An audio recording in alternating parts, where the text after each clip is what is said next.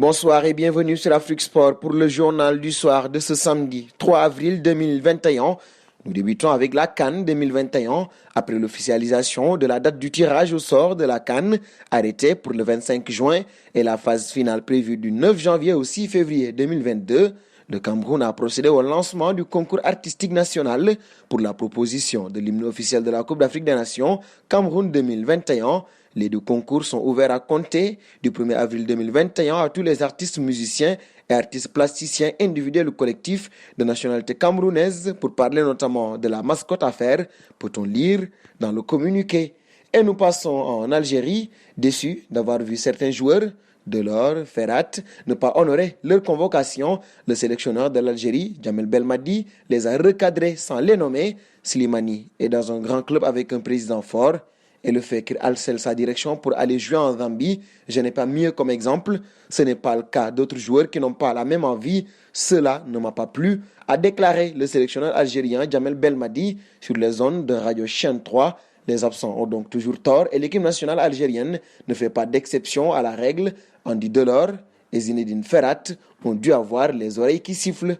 Un saut en Angleterre désormais ici. Leicester City a annoncé ce samedi la prolongation du contrat de l'attaquant nigérian Kelechi Iheanacho, initialement sous contrat jusqu'en juin 2022. L'avancement de 24 ans apparaît fait un bail de 2 années supplémentaires en faveur du club anglais, soit jusqu'en juin 2024, recruté durant l'été 2017 pour la somme de 27,7 millions d'euros. L'ancien footballeur de Manchester City a depuis disputé 117 matchs toutes compétitions confondues avec les Foxes de Brendan Rodgers pour 32 buts inscrits.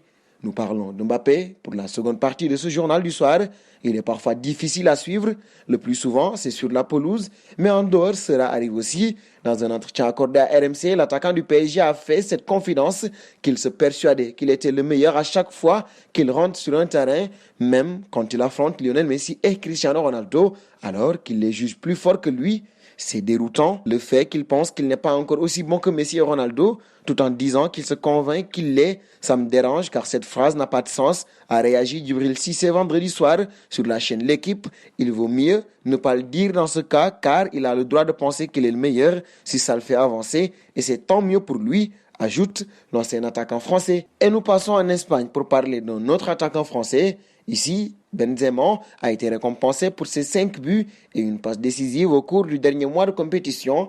Le footballeur de 33 ans s'est distingué avec un but contre l'Atlético de Madrid et 2 doublés face à Elche et au Celta Vigo. Karim Benzema a été donc préféré à Jan Oblak de l'Atlético de Madrid, à Youssef En-Nesyri du FC Séville, à Lionel Messi également du FC Barcelone, à Daniel Oas du FC Valence, à Borja Iglesias de Betis Séville et Gérard Moreno de Villarreal.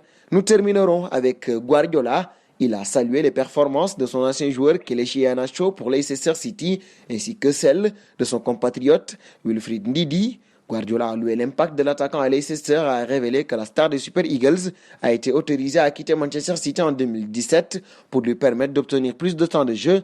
Incroyable, la qualité était là, il était un jeune joueur ici et je crois qu'à ce moment-là, avec Gabriel et Sergio, nous n'avions pas beaucoup d'espace, a déclaré Guardiola en conférence de presse avant la rencontre entre les deux équipes. Les Citizens ont 14 points d'avance au classement de la Prime League et une victoire contre Leicester au King Power Stadium leur permettra d'accroître leur avance.